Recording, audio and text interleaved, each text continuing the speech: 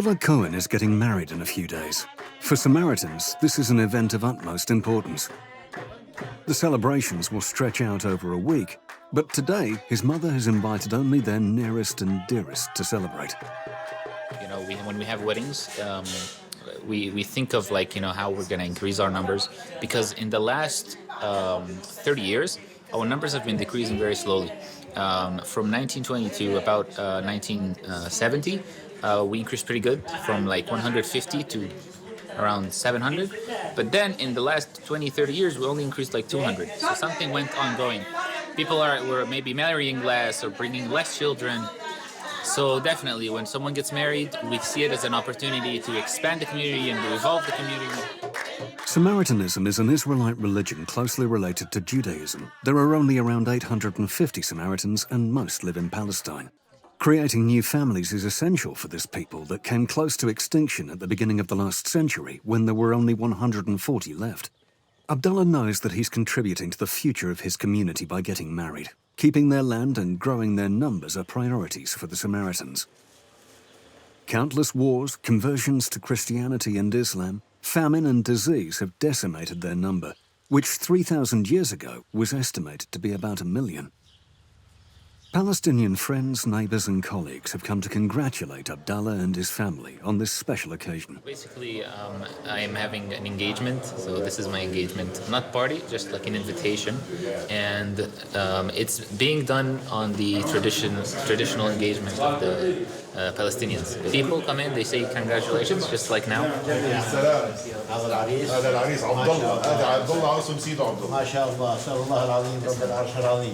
يتم عليكم نعمه ظاهرة وباطنة مبارك الله يبارك فيكم إن شاء الله فيكم مبارك. Perfectly integrated into the Arab world of the West Bank, Samaritans share a language and culture with Palestinians.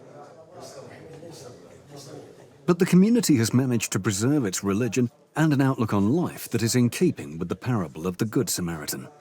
I think the good connections came because we lived with the Palestinians for many years, especially in Nablus. That means that they know who we are. They know how it is to live with Samaritans. They liked us. You know, we proved to be good neighbors. I think it also comes because we really proved that we're peaceful. Located on Mount Gerizim in the West Bank, the Samaritan village neighbors a Jewish colony and small Palestinian villages.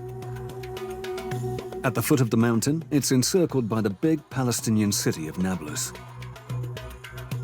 This is where they chose to live, as close as possible to their sacred site and the ruins of the ancient Samaritan city. As direct descendants of the tribes of Israel, they see themselves as the guardians of the original Israelite faith. Their faith is based on the Samaritan Torah, which has about 30 major differences from the Jewish Torah. Chief among these is the belief that Mount Gerizim, not the temple in Jerusalem, is their main holy site. Their house of worship is a synagogue that resembles a mosque. Their religious robes resemble dervish dress, and they prostrate as Muslims do. Neither Jewish nor Muslim, Samaritans coexist with these two communities that are forever at odds. At the end of the 1990s, Abdullah's uncle, Husni Cohen, opened a museum thanks to financial support from Palestinian leaders. Please, go and have a seat so you will listen to the story of the Samaritans. Okay, I think when the tourists came to visit us, we put the Samaritans on the map. Why you said here? The museum is built in the village center, and today it welcomes foreign visitors, Israelis and Palestinians. Who is the God of Samaritans? Afsham Shema Elui Israel. Makarati B'Shem Adonai Eloi Israel. Why? Because Assyrian, Babylon, Barsim, Yavanim, Romaim, Byzantine, Muslim, every country came here, killed the Samaritans. Abdallah is passionate about the history and culture of his community. يعني 50 متر تقريبا إذا بدنا نفكه. اوكي. بالنسبة للغة، لاحظين هاي الحرف مثلا؟ هذا حرف الشين. من أول لغات، تقدر تعرف إن اللغة قديمة كثير. A speaker of Arabic, Hebrew and English, he occasionally works as a guide at the archaeological ruins. This group is basically a few people from different Palestinian cities, and they used to be members of kind of a non-profit organization, and they talk about basically world peace, how can we share our cultures, how can we share our traditions.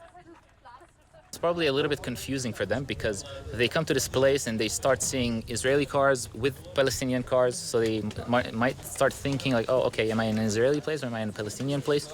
And then they start seeing this ancient culture and they try to connect it to, wait, are they Jewish or are they not?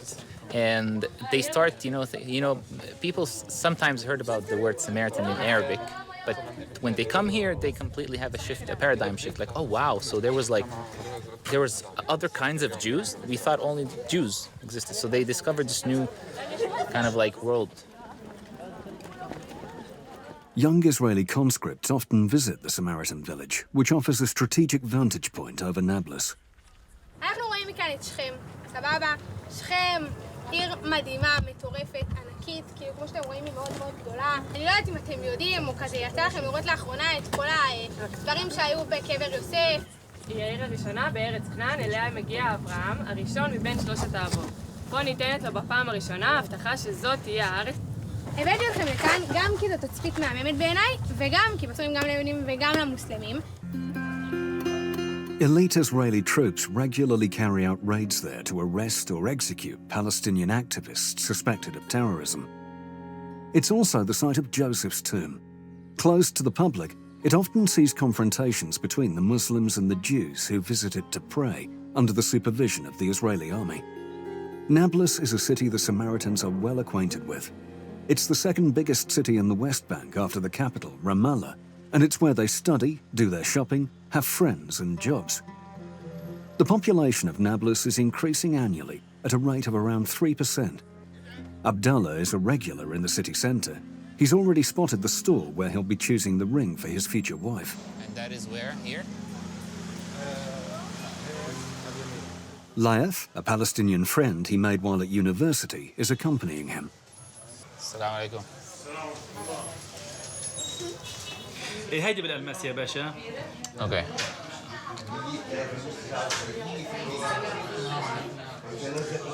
تقدر تحكي لي شوي يعني عن الأسعار؟ بقدر أحكي لك بس أشر اللي بدك إياه يعني. أوكي. أسعارهم متفاوتة ما في سعر أكيد.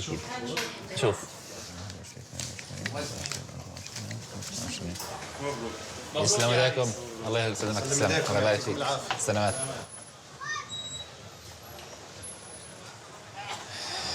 You like it? Abdallah takes the opportunity to return to his community's place of origin. The old Nablus was once the cradle of the Samaritan nation. This part of the city is definitely the oldest part of the city, and this is where, Samaritans started to increase and have this enormous nation that started to spread all over the north. My grandmother, my grandfather, they grew up here. They told me stories about like when they used to go to the synagogue here. It's really hard to imagine like how small the synagogue is right now when you go to it. I mean, but then you compare it to our number today. It's like, wow. So how small were their numbers at that time? That's number one.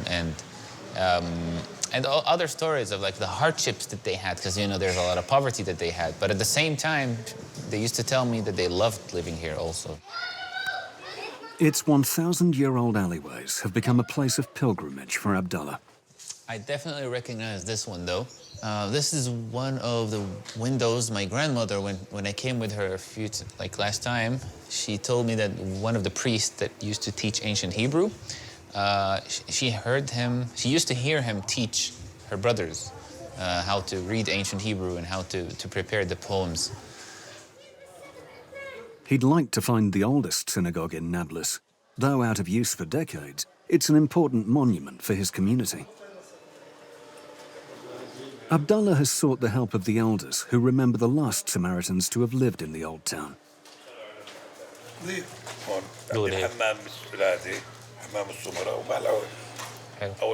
هلا هو صار بيت صح؟ ما أنا رحته مرة بس يعني مش بيع مرة.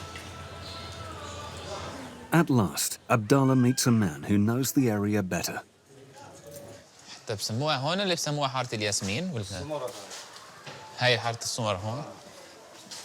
بعرف انه جزء من الكنيسة اظن تدمر قبل 100 سنة هيك شيء.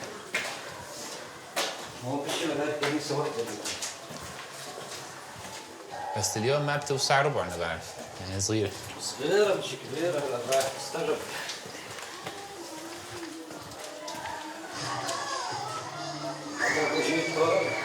يعني مثل ما هي لك حاولت اجي هون لاني متذكر. مظبوط. هلا جبت لك الدار المهدومة من الغار. هاي الكنيسة. شكرا كثير. تسلم. والله انا من سكان هاي الحاره مشان هيك.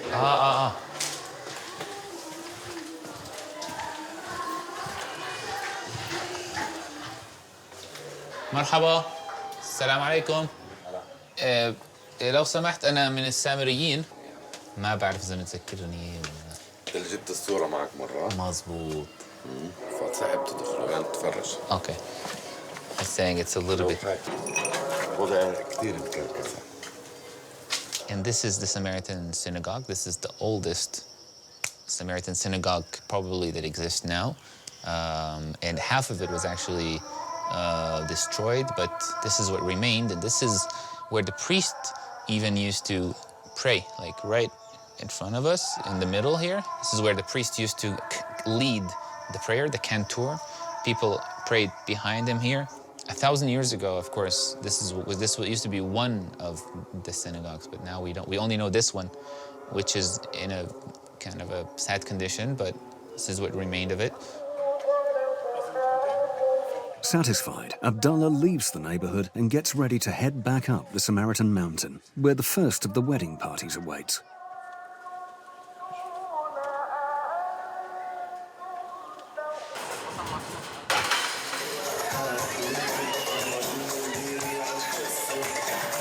Samaritan tradition calls for a party to honor the bride. Raneen is surrounded by many women, relatives, and a few religious figures. She works in the West Bank for an Israeli company that manages customs procedures.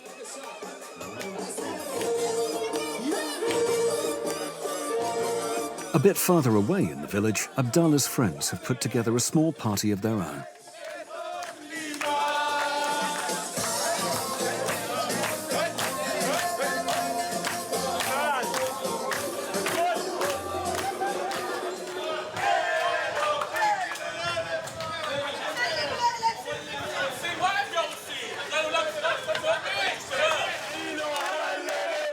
Custom dictates that Abdallah be brought to his fiancée and that the women and men continue the party together.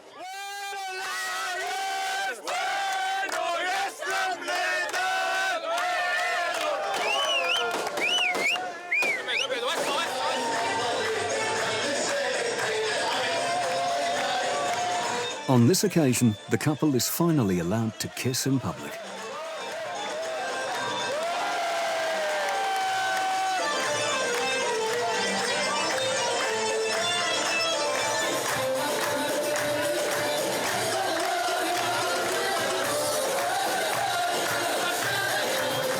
This first wedding party wraps up well into night.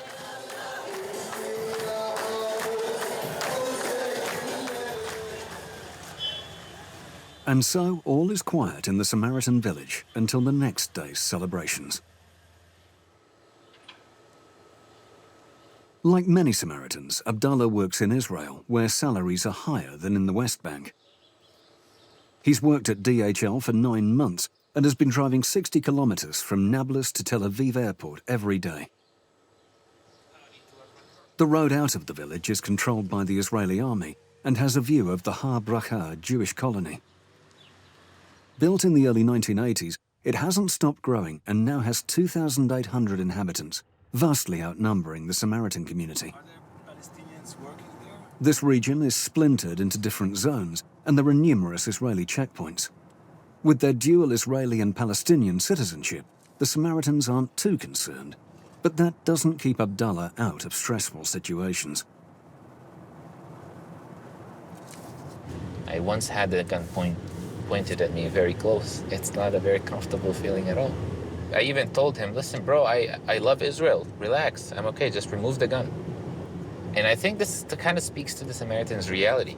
Like we have our own religion and our own traditions, but like, come on. Like, okay, we try to be a bridge of peace, but what can we really do? We're very small. In addition to being the only citizens to possess dual nationality, Samaritans also have Arabic first names and Jewish surnames. This often exposes them to misunderstandings and mistrust. There's also like a pretty good amount of times where they will comment on the name at least. They will say, you know, Abdallah Cohen. Can you explain? So Abdallah is a very Arabic name, considered to be very Arabic in a way. And Cohen is a very Israeli, and that kind of causes, you know, people to get confused when they see this combination. The second Samaritan community lives in the city of Holon, on the outskirts of Tel Aviv. Its 350 members have been settled here since the 1930s, and they take pains to blend into Israeli society as much as possible. They don't have a Palestinian citizenship. They've abandoned Arabic in favor of Hebrew and have stopped giving Arabic names to their children. But their distance from the Samaritan village hasn't shaken their faith, and they take pains to preserve their religious heritage.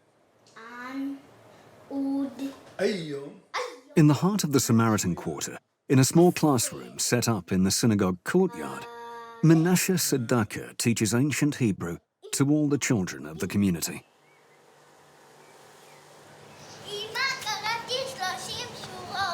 וואו, איזה יופי. איך היה? כיף. היה כיף? כן. כל הכבוד לך, אלוף, תמיד שיקה. ושיקה. יאללה. Mazal Mahiv takes her son to his weekly lessons. אני חושבת שיש משמעות מאוד עמוקה ללמידת העברית העתיקה והתורה. הילד שלי, כמו שהוא לומד את התורה כרגע, הוא גם ילמד את הבן שלו ואת הבת שלו ואת הנכדים שלו, הלאה והלאה, וזו המשמעות של שמירת המסורת שלנו. אנשים שחיים כאן בחולון, מן הסתם המנטליות יותר ישראלית, אבל בסופו של דבר כולם קהילה אחת וכולם אחים ביחד. Unlike the Samaritans in Holon, Abdallah goes back to the Palestinian territories after work.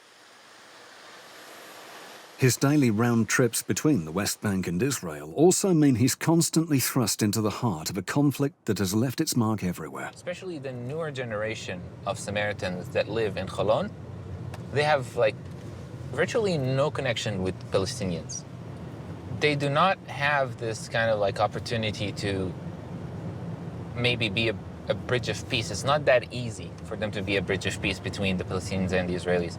When I get asked, so wait, are you pro-Israeli or are you pro-Palestinian? I don't think I'm pro-anything at this point. I really do want to live in peace, you know? You can't be pro-anything. And I don't want to say I'm pro-peace. I mean, that sounds a little bit too naive at some point. I just think that if we want to fix problems in this probably most complicated region in the world now, it's got to start more practical. It's got to start more on like something like what we do, as Samaritans do. You know, I still love the land. I really love the Holy Land, despite the unholy things that happen in it. But I think there's a lot of work to do.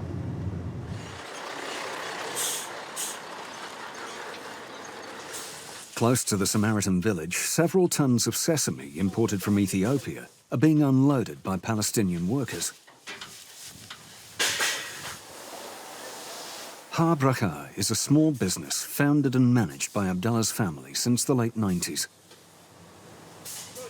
They make tahini here, a sesame paste that's used in both Israeli and Palestinian cuisine. One of Abdallah's uncles, Abdallah Cohen, now runs the company. شو الوضع هون؟ تمام؟ منيح السمسم؟ هذا لا. لا؟ اللي جاي لا مو نوع ثاني Considered the best tahini in the region and producing a robust 10 tons a day, the business is the jewel of the Samaritan economy. Happened for me in 2020, okay, it was Corona in 2020, but something having good for me, for my family, for my community, for my factory, is this Forbes magazine, small giant. So I was get to be in Forbes magazine because our good quality in Tahina, not because our good quality in Tahina, because our give to our association and our society. Economic development is essential to the community's survival and independence, and Abdallah's family is the main driver of it. We have a Palestinian worker, we have a Jew worker, and Samaritan, yeah? And who gives the kosher from one of settlement here. So all the world here, if you want to do beef, come to the Samaritan factory, Tahina factory, to see how will be beef. We believe, as a Samaritan, we consider ourselves that a bridge between the Palestinian and the Jew for beef. Come here and speak, because the beef, we can do beef. The tahini factory is no exception. Other places in the village facilitate contact between Israelis and Palestinians. In 2021, an Israeli post office opened its doors in the village centre thanks to 2 young Samaritan entrepreneurs. They wanted to help build peace in the region. We are like a hub between Israel and the Palestinian people. We try to help them at the maximum so the packages come as fast as we can. Israeli people, Palestinian people, everyone can come to our village. Like I said, we are in the middle. Some people asking us to bring them at their home, and we take the packages. We deliver it in Nablus, in Ramallah, Jerusalem. Peace is the most important thing we are trying to do here. I hope all the people are thinking the same way as we are thinking, to help the both sides. We are not only working for our interests, we are working for the Palestinian interests, for the people, and for the Israeli companies. I hope everything works fine. Gerizim Post is a unique initiative in the West Bank, which was only made possible by the Samaritans' special status. Nasser is one of the Palestinians who work at the post office. He's been a guide at the Samaritan Museum for about a decade and is very familiar with how the community operates. I believe if the world look to the Samaritan village, we can make something special in all the world. How we live here, Muslim, Samaritan, Jew, Christian, anyone who can come here. We have one law, just respect. I live in a refugee camp called the New Askar Camp near Nablus. Originally, we are from Jaffa. My family leave Jaffa in 48. We have a dream. What is the dream? Jaffa. First Jerusalem, second Jaffa. Last time I was in Jerusalem before 22 years. I spent many years inside the Israeli jail, and they didn't give me this permission. If I want to see or to look to our mosque, Al-Aqsa Mosque from Jerusalem, I go to Bethlehem Mount to see the mosque.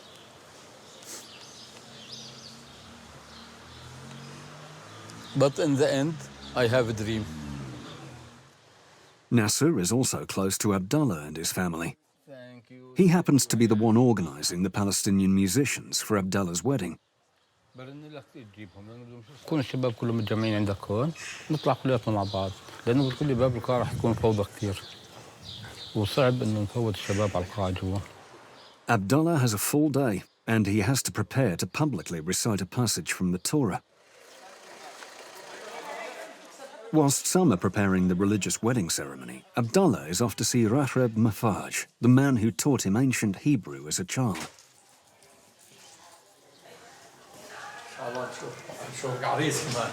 تسلم تسلم. تتذكر لما كنت عندك صغير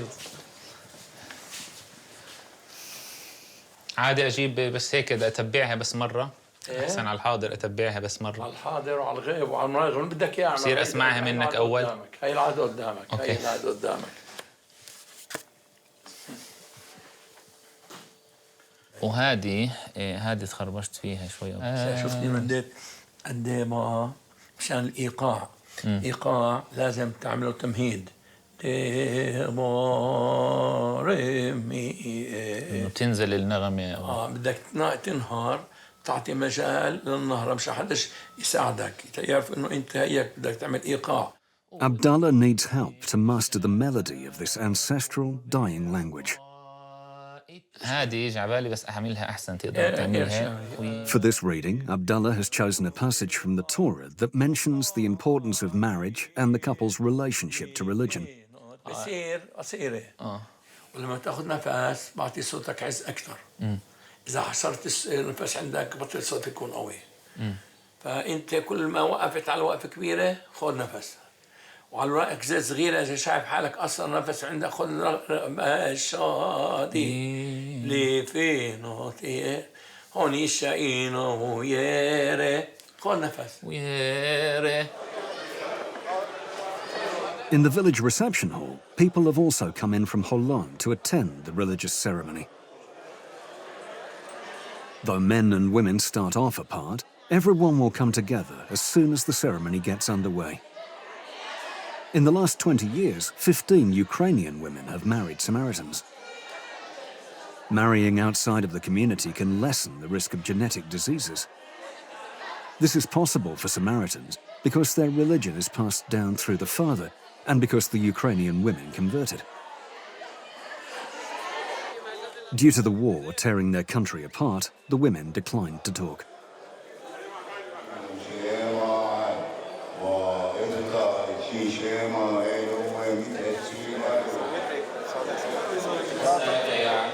Watched by his relatives, his wife, and the elders, Abdallah is joined by his stepfather and one of the priests for the religious vows.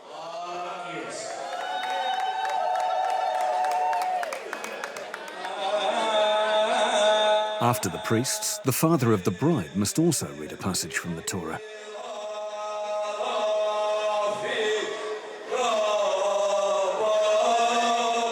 The text talks about a child leaving the family nest and starting a new life.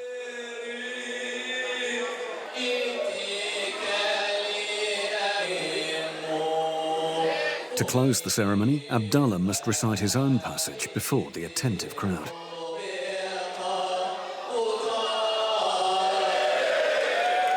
Moved, the high priest consecrates the marriage of his grandson, who may one day succeed him in his role as a religious guide.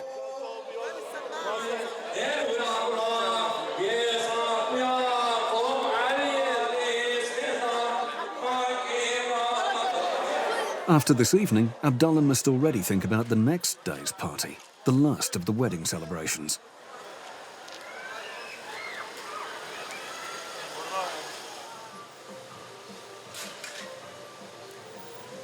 If there's one place that perfectly showcases the diversity in the Samaritan village, it's the grocery store. Israeli soldiers, Palestinian citizens, Jewish settlers and Samaritans rub shoulders here in peaceful tolerance. Yoel Silva is an Orthodox Jewish peace activist. An inhabitant of the Ramat Gilad colony in the West Bank, he regularly visits the Samaritan area to organize events with Palestinians. For security reasons, these could not be filmed. לגבי הפגישות, רוצה שאני אעדכן אותך על כל פגישות שעושים שם גם או... אני עכשיו מכיר, אבל לא יודעת שזה אתה. אנשים שאלו אותי, איפה זה אמת לדעת? אמרו לי שעשו תיאום, אמרתי לי, אף אחד לא עשה תיאום. כן. שאח שלי סמי אמר לי, מה, אתה לא מכיר? אמרתי לו, ידעתי, וואלה. לא ידעתי מה קרה ולא רציתי עליב אף אחד. סליחה, זה היה בלגן על זה. The village is the perfect place to organize such talks, since it can be accessed by everyone. For all that, Palestinian participants stay as discreet as possible for fear of reprisals. I have with all these groups that I'm involved with is go out, make the connections, get other people to start doing it, just to see the other side as human. Because once you start to see them as a human, then you can begin to interact and realize that, you know what, all right, we have different customs, different interests, but at the end of the day, we're still all humans. And with enough of this momentum, just as war can break out, so too peace can break out. The idea of peace dialogue and having discussion between Palestinians and Israelis is not yet readily accepted on either side.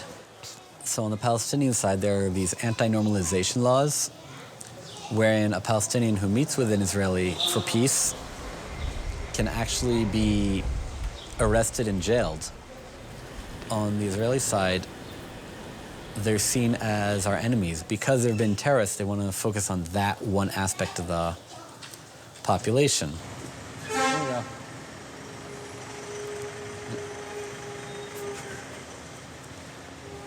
I try and respect everyone.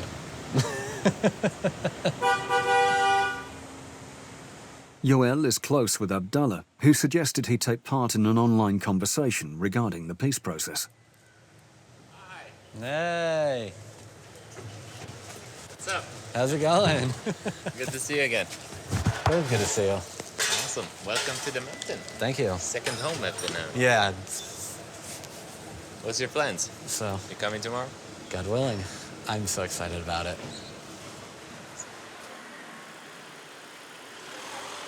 It's finally the big night, and the party is being held in Nablus.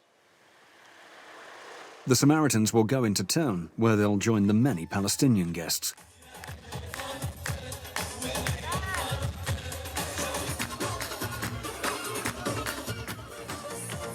The Israelis, however, haven't been invited, since they're forbidden from entering a zone that isn't under Israeli army control.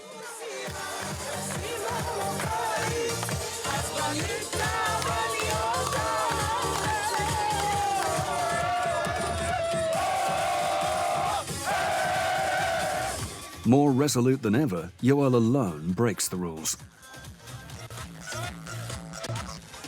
Easily identifiable as an Orthodox Jew and perceived as a colonizer by the Palestinians, he's conscious of the risk he's taking and the prejudice against him.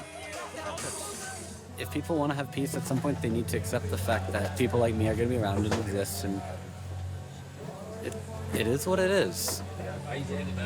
I mean, there's one person, I didn't hear this, my wife said that, someone said to me, you feel too comfortable here, you feel like you're in Israel. No, I don't feel like I'm in Israel, I feel like I'm in the Holy Land, which is one contiguous thing for me. Borders are man-made for the most part anyways.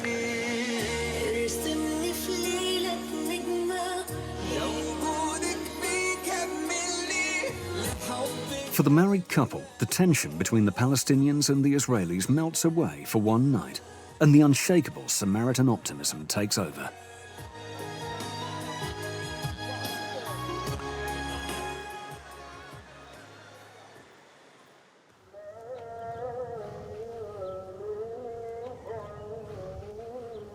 Abdallah likes taking walks in the peaceful atmosphere at the top of Mount Gerizim. He wants to believe that in the heart of a land plunged into endless conflict, he and his people still have a future. I feel optimistic when it comes to the future of the community and our survival and like being in this place. I think there's something that's keeping us together, whether it's the traditions or whether it's our past, or whether it's the Torah, whatever it is. I think it's really strong and it's holding us very well. And there's a huge, long sense of belonging to this really old tradition that we have. I mean, also I feel sad for what happened for my community. It's a pretty sad story. You kind of also, it just gives you a little bit more, motivation to like not give up and just help this tradition stay alive. I think we did a pretty good job, though. I think we lived up to our names, because the word Samaritan comes from the word shomer, which literally means keepers or guardians of the Torah. When it comes to the culture and traditions and melodies and even the community, I think we humans grew on. Grew up with communities. We couldn't survive alone, singularly. We always had this, having to find a community. And today, I think a lot of people are like experiencing depression because of just being alone. So the community helps with that. Tomorrow, Ranin and Abdallah will start a new life together and build a family. It's now their turn to take part in the mission to save their community from extinction.